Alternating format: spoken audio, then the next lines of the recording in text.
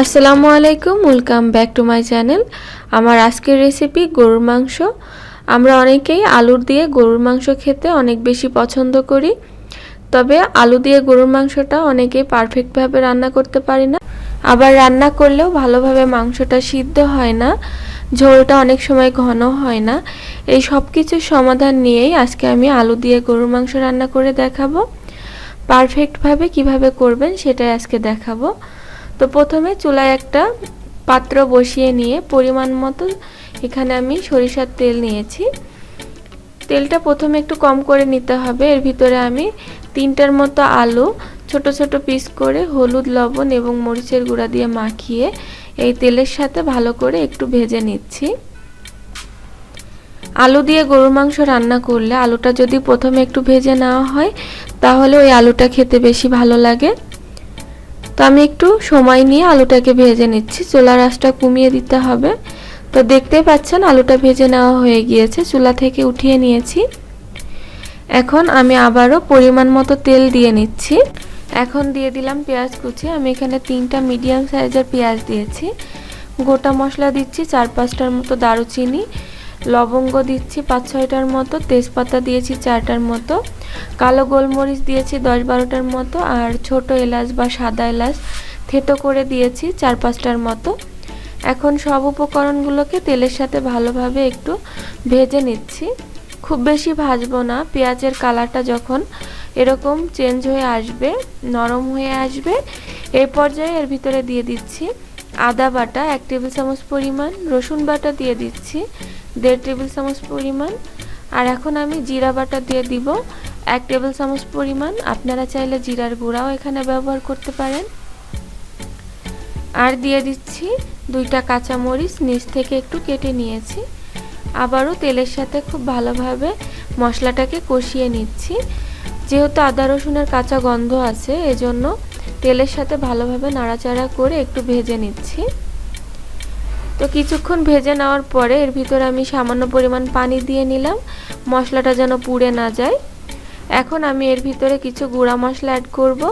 প্রথমেই দিয়ে দিচ্ছি স্বাদমতো লবণ, দিয়ে দিচ্ছি লাল মরিচের গুঁড়া 1 টেবিল চামচ পরিমাণ, চিলি ফ্লেক্স দিয়েছি হাফ টেবিল চামচের মতো, তবে এটা আপনাদের স্বাদ মতো দিয়ে নেবেন। আর চিলি ফ্লেক্সটা দিলে মাংসের টেস্ট অনেক ভালো আসে।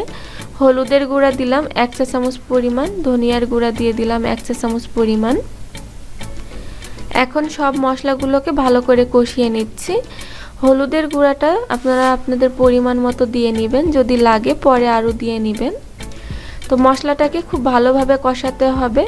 আমি মশলাটা কিছুক্ষণ ধরে ভালোভাবে কষিয়ে নিয়েছি। এখন এর ভিতরে আগে থেকে ধুয়ে রাখা গরুর মাংস দিয়ে দিচ্ছি 1 কেজি পরিমাণ।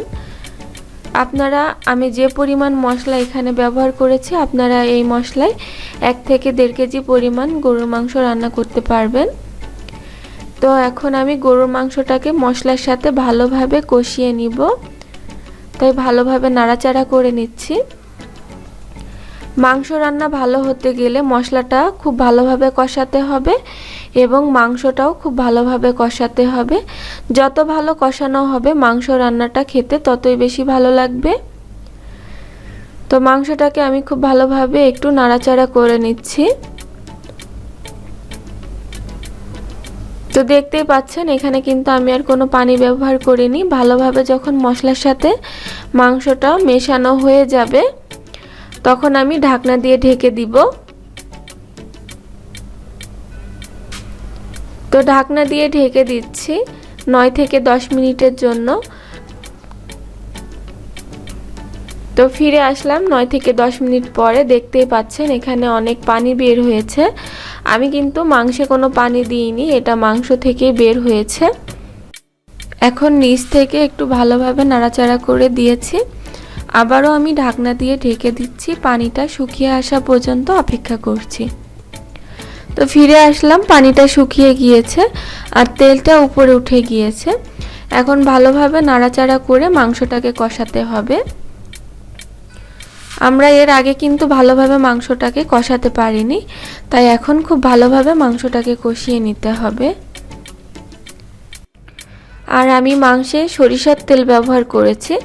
আপনারা চাইলে এখানে সয়াবিন তেল ব্যবহার করতে পারেন, তবে সরিষার তেল দিয়ে একবার মাংস রান্না করে দেখতে পারেন, খুব ভালো লাগে।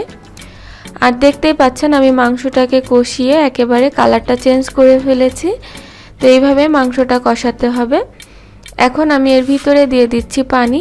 আমি এখানে ফুটন্ত গরম পানি দিয়ে দিলাম 1 কাপের মতো। মাংসে কখনো একবারে পানি দিলে মাংসটা টেস্ট লাগে না, তাই মাংসে আমি প্রথমে 1 কাপের মতো পানি দিয়ে নিলাম এবং ঢাকনা দিয়ে ঢেকে দিচ্ছি। এই পানিতে আমি মাংসটা অর্ধেকটা সিদ্ধ করে নিব। তো পানি শুকালে আমি ফিরে আসলাম, ঢাকনাটা উঠিয়ে নিয়েছি আর দেখতে পাচ্ছেন পানিটা শুকিয়ে গিয়েছে, আবারও তেলটা উপরে উঠে গিয়েছে। আবারও নাড়াচাড়া করে কিছুক্ষণ মাংসটাকে কষিয়ে নিচ্ছি।